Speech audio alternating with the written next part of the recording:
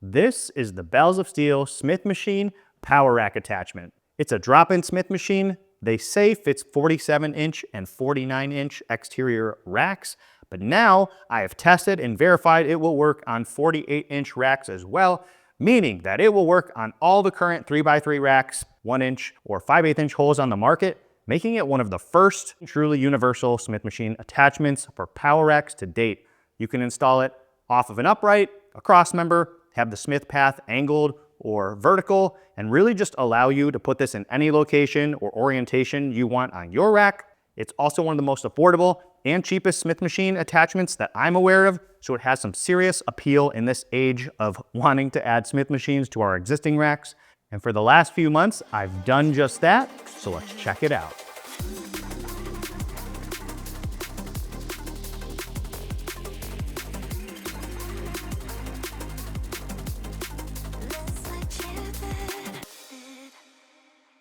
Hey guys, this is Michael with the Jungle Gym Reviews. Today we're reviewing the Bells of Steel Smith Machine Power Rack Attachment. As I mentioned, this is on a 48-inch width rack. This is a Titan Fitness Titan Series rack. You've probably seen this whole rack room, which is made up of Titan Fitness uprights. I'll link that video in the description below if you're interested on what exactly makes up these racks and this system here. The important thing, and the reason I mentioned this to start the video, is because Bells of Steel says this fits on 47-inch and 49-inch width exterior racks, which are their racks. And now I've tested and been using for months and verified that it in fact works here absolutely perfectly on a 48-inch exterior, 42-inch interior. So that's gonna be this rack, Titan Fitness, things like GetRx'd. So pretty much this Smith machine, in my opinion, is universal. Before I get into the video, if you could quickly hit that subscribe button below if you haven't already. It's going to continue to help us grow the channel and make sure you get notified when we post both of our weekly reviews throughout the rest of 2025 and all next year. And as always, if you're interested in purchasing this after the review, please check out that affiliate link in the description below. At the time of filming this, it's around $640 for Black Friday sales, and I'm assuming it's going to stay a little bit discounted through the holidays. Typically, it's around $850 or so. The coolest part about this is there's a couple different options. One, the traditional hollow Smith bar that everyone knows is on most Smith machines. It's a 32mm diameter bar. It's just a very normal, average Smith bar. One of the things they did with this, with the bar, with the whole system, is make it cheap. And I don't necessarily mean cheap feeling. I just mean they tried to reuse the most simplistic way they can make a Smith machine that then would be functional for multi-configuration, bunch of different racks. And they did just that. So they keep the cost down because it's not this super nice, bougie looking thing. I'm gonna be doing a review of the Rep Fitness Smith machine, which I think is going to be a little more along that line. And that one, again, is like $1,000. You're talking about a $400 difference to be able to mount this on pretty much any rack. And you don't have to have a Rep rack. You don't have to have a Bells rack. Pretty much universal. How they make it universal is a couple different things. They have these brackets here.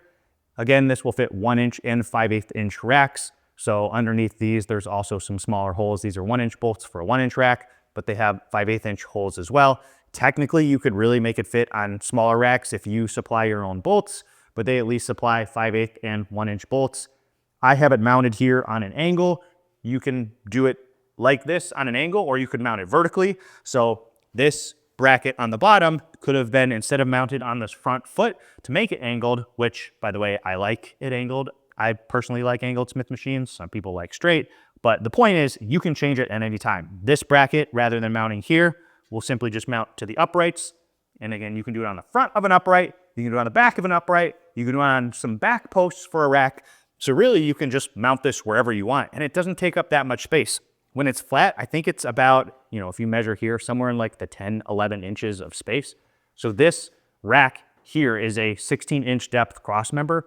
Honestly, I could have, if I wanted to, instead of mounting it on the front uprights, put it on the back uprights and still been able to get in there and have space to have a Smith machine. So that's absolutely fantastic. I mean, we all want more functionality in a small space. That's what home gyms and all-in-one racks are for. So to be able to do that, both the universal, angled, straight, any rack you want, and any place you want in the rack is really valuable, honestly, in my opinion. So as a Smith machine, it works very well. Again, I would say no major bells and whistles. It is what it is. You have these little like screw in, bolt in, little locking points all the way down. I honestly don't love these on Smith machine systems because they come into the rack by, 2.5 inches or so. But in this case, this is exactly how they make it universal, because whether it's a wide rack or a narrow rack, there's enough lateral space on these hooks to be able to catch it. So again, this is a 42-inch rack. If it were wider on a 43-inch rack, that means we would have an extra 1/2 inch in that we would need to latch onto. So that's why they have these stick in here. This is pretty traditional, normal for Smith machines. The only reason I don't like that, it's because I'm long and lanky. And when I go to do things, especially where I'm doing like an incline press or military press, my elbows at full width are around that range. So depending on what angle I'm doing, I tend to come pretty close or sometimes do hit that. I've called that out on the GetRx Tornado Smith machine in the past. That is just my problem with long arms and bench or other pressing with these type of things. But I am so willing to trade that for the price. And again, the universal aspect of this. Absolutely, I would say not a complaint from me, but something to note for those, again, who are taller or potentially have that same issue. The other part that makes this universal is they supply, it's gonna be really hard to see, they supply these little spacers. So this mounting bracket can fit at a minimum their 2.3-inch width racks. So that's something that Bells of Steel has. And at a maximum, the 3-inch racks here, just due to the bolt size they give you. So for this, I have it centered on a 42-inch rack. If you have a 43-inch rack or a 41-inch rack, you just change the orientation of spacers. If you put the spacers on the outside, it pushes everything to the inside, and vice versa. Put the spacers on the inside, pushes it wider to the outside. So again, it will fit the 41-inch interior racks. That's 47-inch exterior for a 3x3, and 43-inch interior, which is 49-inch exterior racks. I know that's a lot of information, and this whole Smith machine, by the way, has a ton of information about the angles, about the heights, about the spacing, etc.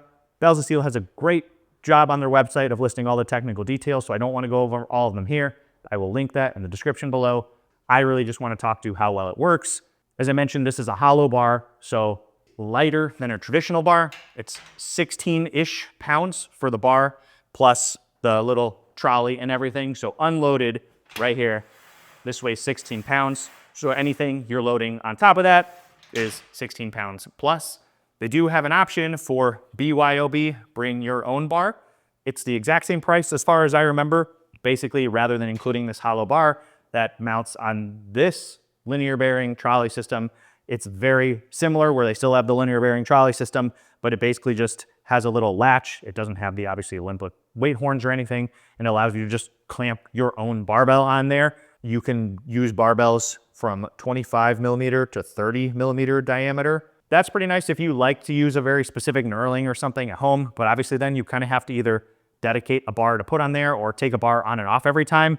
And for the same price, honestly, for most Smith machines, I'd rather have the convenience of just having it already on there and I don't have to take a bar on and off. Plus, when you do put an Olympic bar, it's 45 pounds, assuming you're using a standard Olympic barbell. So 45 pounds for a starting Smith machine with no counterbalance is actually kind of heavy. So just weigh your pros and cons. However, if you start heavier, you could potentially then go heavier. So if you're strong and you never go that low, great, but it's completely up to you. I will say, as far as the capacity of this weight-wise, they say 600 pounds, and I think very adequately. I haven't tried to max out to that, but I don't see why it wouldn't. Everything here is very solid, very smooth. I've had some complaints with some other Smith machine systems that when you grab it, you can kind of like get it to torque or wiggle side to side. There's no front to back play. There's no side to side play. No matter if you grip the bar here, you grab it in the middle, if you grab it on this side, like everything is very evenly balanced, very evenly distributed. So you can do one arm movements on here without like, torquing one side and it feels really weird. It feels solid. It feels like a normal Smith machine like you would want and you would expect. So I have zero complaints. And the fact it angles, absolutely great. The two downsides, in my opinion, on this Smith machine, because there's so many upsides to this, the two downsides is gonna be the height, which for me, as you can see, I'm 6'2". I'm getting pretty close, if not at the top of this. It's somewhere, again, check their website, in the 72-inch range. It also is gonna depend on where you have it mounted. And that's one nice thing because you can mount it wherever you want. I decided to mount it at the lowest to be able to do lower movements, things like bent over rows or, normal barbell press, stuff like that, potentially even Romanian deadlift. You can mount it as high as you want. So on a rack like this, I could have chosen to take this, mount it as high as I can up here. Just my starting stopping height is going to be shifted higher rather than shifted lower. For most people, I suggest putting it down because you can still do squats, although I'm close to the top latch on here, so not having more room. So for me, when I'm doing squats, I'm in the second highest position. When I'm angled like this top one is actually not usable because you can't really get that in there because of this bracket. So if you had this in the straight configuration, you could use this top stopper, but in the angled configuration, you have to use the second stopper. So point being, squatting is probably going to be the highest limitation where you start this movement at. So I would assume someone up to 6'4", 6'5", which is really what ends up being the high end for most of these machines. And I'm sure all you tall people out there over that height know that pretty much nothing is actually made for you over that height because most people are not that tall. The overall height though, because I have it in this lower setting, means obviously I can't go higher than whatever 70, 71, 72 inches this has here. If you want to do a standing overhead press something, not going to happen. Although if you're doing, let's say, a seated military press, full stretch, you will end up somewhere about in this top peg as well. So you have full range of motion there. Like I said, you can move it higher or lower on the uprights if you want to, if you have taller uprights. I personally would like to see them offer two heights, like a short version like this, and then maybe one that's somewhere in the 8, 9, 10 inches taller. Then it gives me a little more flexibility as far as mounting points. But again, for the price, if that's what's going to keep the price low, is they just have a one-stop shop package. But I think they could easily make exactly this, a little bit longer tubes, charge me an extra 50, 100 bucks or so for the extra metal tube, whatever. I would like that option. So that's the higher limitations. The downside limitations of having it lower on the rack are going to be the safety stoppers here. This lowest height the bar can go here, I measured to the center of the bar, is 20.5 inches. So for me, that's right underneath my kneecaps, which obviously is way too high for things like deadlifts or RDLs. I can do bent over rows on here with just a slight knee bend like this, no problem. But you'll see I'm about 1.5 inches, 2 inches sometimes, about coming close to that spring stopper system. That is how it stops the trolley from moving, is this spring. If you drop it, it absorbs the whole weight of the trolley down here, and then there's a little like rubber or plastic washer. These springs, I wish, is something they could change. I have seen other companies, I think GetRx actually did something similar because their Smith machine that they were including with their tornado racks were also having issues with this lower height, basically being way too tall for a low height. I wish this is one thing that Bells of Steel could improve for future iterations. I don't know enough about the safety of all this, but maybe even just a little thicker, plastic rubber washer down here. Make this a 1/2 inch thick. Get rid of the 4.5 inches of spring here, and that means 4.5 inches more range of motion. That means rather than stopping at 20.5 inches, if this spring was gone, you could get down to 16 inches, which is then a lot more acceptable. In the meantime, that is the trade-off for this type of system. My solution to this is to get some sort of platform or step-up plate. I've had these for a while. This is a Tib Bar Guy slant stack. It doesn't matter if you grab, some sort of plyo box. If you want to grab your own wooden platform, I've seen people make something to just get you higher off the ground, stack some plates, whatever it is. So this box is about 6 inches tall. So this helps put it a little more in the center of my legs. So if I want to do things like deadlifts, this gets me in a much, much more comfortable place. Then I don't really have that issue. Again, if the springs were gone and I added this, we'd be talking about a pretty insane range of motion. So that's honestly probably the only real improvement that I think they could make for this price without wildly changing the design. Overall, again, as a Smith machine, the linear bearings, it's very smooth. It's very balanced. It can handle heavy load. Yeah, sure, it doesn't look like the prettiest on a rack, but again, it's universal. If you've used universal everything, that's kind of how it is. This tube has to be small enough to match their 2.3 by 2.3 racks. They give you all the brackets, all the bolts, all the adapters.